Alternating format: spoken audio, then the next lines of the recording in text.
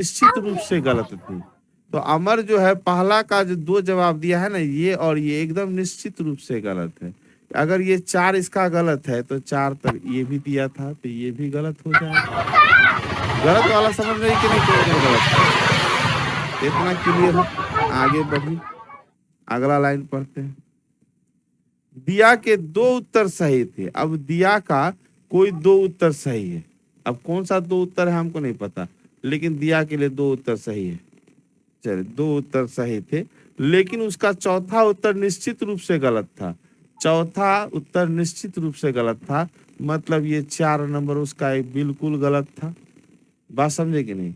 और अगर 4 नंबर गलत है, इसका मतलब दिया का ये 3 और 1 सही है, ये सही है और ये सही है। बात समझे कि नहीं। अगर इसका 3 और 1 सही है तो यहाँ पे देख लो, ये 3 वाला जो है इसका मतलब ये गलत हो गया। ध्यान देना, अगर ये 1 सही है तो ये 3 तो गलत हो गया ना, जो जो भी 3 दिया वो गलत हो गया। बात समझ में आया कि नहीं। चल आगे। अमर और शेरा का केवल एक ही उत्तर सही था, सही रहा। तो अमर और शेरा का केवल एक ही उत्तर सही रहा, तो शेरा के लिए बच गया है ये 2, इसका ये 1 उत्तर सही है। और अमर के लिए बचा हुआ है 3, तो ये 3 जो है सही है। बात समझ गए। मतलब क्वेश्चन 1 का जो आंसर होगा वो 3, क्वेश्चन 2 का जो आंसर होगा वो है 2, क्वेश्चन 3 का आंसर होगा 1 और क्वेश्चन 4 का आंसर होगा 3। ये एक्चुअल वाला आ गया हमारे पास। इस क्वेश्चन को बनाइएगा नहीं तो आप फंस जाइएगा, हम पहले बता देते हैं। ठीक है, चलिए। अब क्वेश्चन करा किसका 4 का उत्तर सही है, तो भाई किसका 4 नंबर का आंसर किसका सही है, तो अमर का सही है। अमर का जो है ये 4 नंबर वाला अमर है ना, अमर का ये चौथा वाला क्या था, सही है, तो अमर का सही है। पहला क्वेश्चन क्लियर हो गया।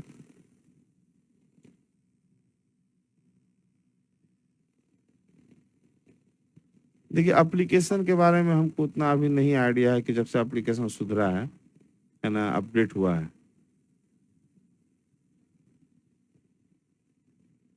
अब देखो पजल पे पहुंच गए हैं ना, तो ज्यादा लंबा आपका क्लास अब नहीं है, इसे टेंशन ना लें, है ना।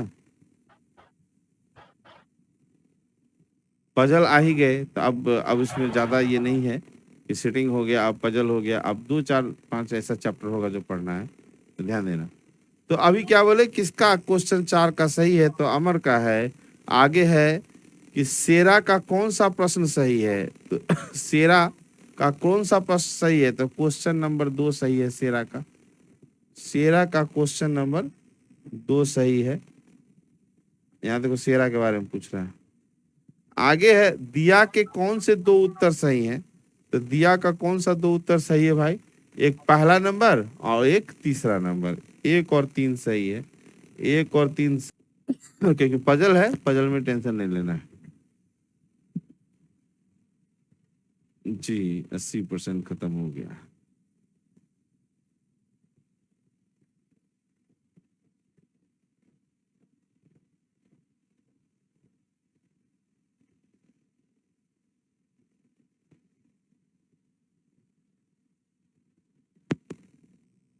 क्वेश्चन क्लियर करके बताइए।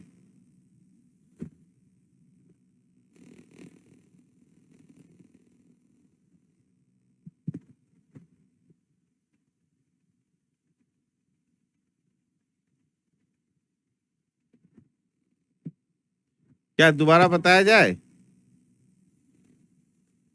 एकदम आराम से चलेंगे इसमें, दोबारा तिबारा आप जितना हो, क्योंकि पजल है ना, इसमें रिस्क नहीं है, अभी आराम से लेके चलेंगे। नहीं आया, एक बार और समझा दिए, ठीक है, तो ध्यान से समझना, है ना। सबसे आसान है, ठीक है, सबसे आसान। चलिए, देखो कोई अगर कहा देता है ना कि पजल में ट्रिक होता है बाबू, तो बेवकूफ बना रहा है। पहली बात हम बता देते हैं, पजल में पैटर्न होता है, ट्रिक नहीं होता है। ठीक है, कि कौन सा पजल किस पैटर्न से बनेगा, ये चीज होता है। इसमें कोई ट्रिक नहीं है कि इसका स्क्वायर निकालना है तो ऐसे निकालो, ये निकालो, ऐसा कोई ट्रिक नहीं होता है। बनाने का तरीका पैटर्न है। अगर आप पैटर्न जानते हैं तो बनेगा, नहीं तो फिर आप फंसेगा। ठीक है,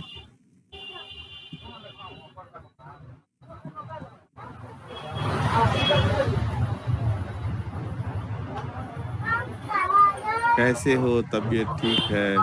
अभी चल रहे हैं आराम से। ठीक है, ये सर दोबारा दोबारा देखो, दोबारा में आराम से देखिएगा, नहीं तो गड़बड़ा जाएगा।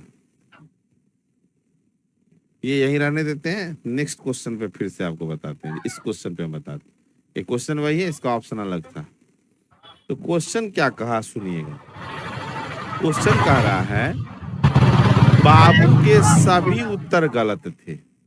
तो जो बाबू है उसका ये भी गलत, ये भी गलत, ये भी गलत, ये भी गलत, समझे। और इसको ऐसे करने से क्या होगा, अंक नहीं दिखाई देगा, इसलिए इसको हम राउंड में लेके आते हैं। एक गलत, तीन गलत, चार गलत और दो भी गलत। ठीक है, अगर बाबू का सब आंसर गलत है, बाबू का यदि सब आंसर गलत है, तो बाबू एक लगाया है, पहले नंबर का आंसर एक लगाया, शेरा भी एक लगा दिया, तो एक न गलत हो जाएगा।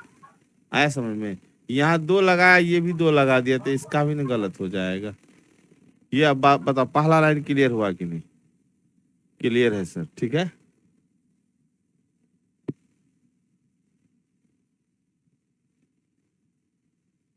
चलिए बढ़ते हैं आगे थोड़ा सा।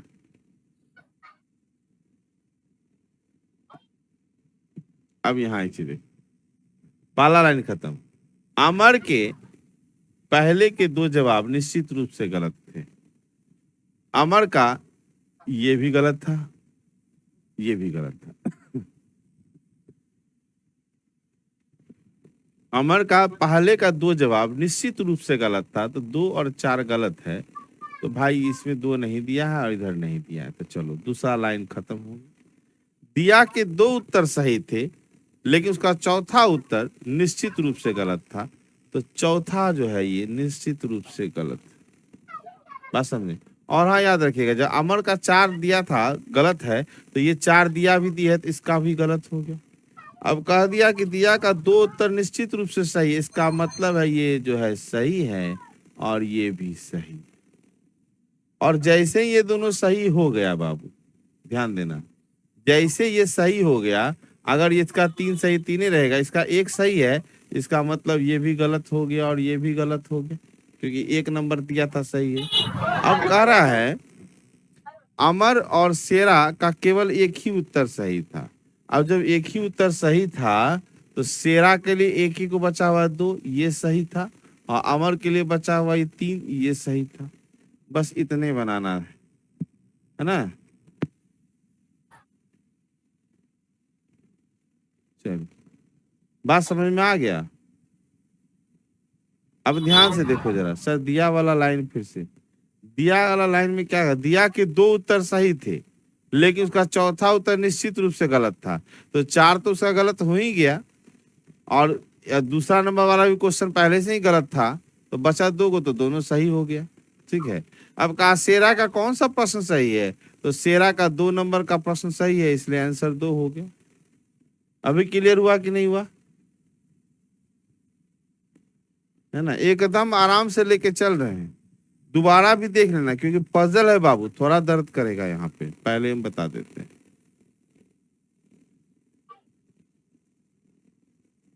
ठीक है, अभी आगे बढ़े अगले क्वेश्चन पे, हमको कोई दिक्कत नहीं है। रेड एक बार फिर से, रेड तो उधर वाला में भी रेडे लगाए थे, इधर वाला में भी रेड ही लगाए। समझ में आ गया, बहुत बढ़िया। देखो एक चीज और समझा दें, इसे बनाने का याद रखना, इसी तरीके से लेके चलेंगे तो बनाने में आसान है, नहीं तो फिर दिक्कत करेगा।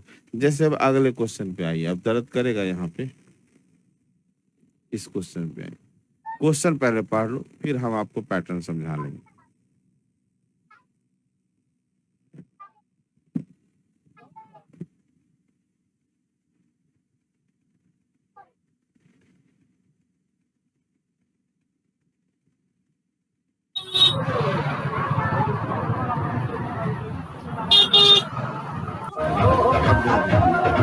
कि 5 मित्र है ए बी सी डी और ई, तो हम लोग ऐसे करते हैं कि ए,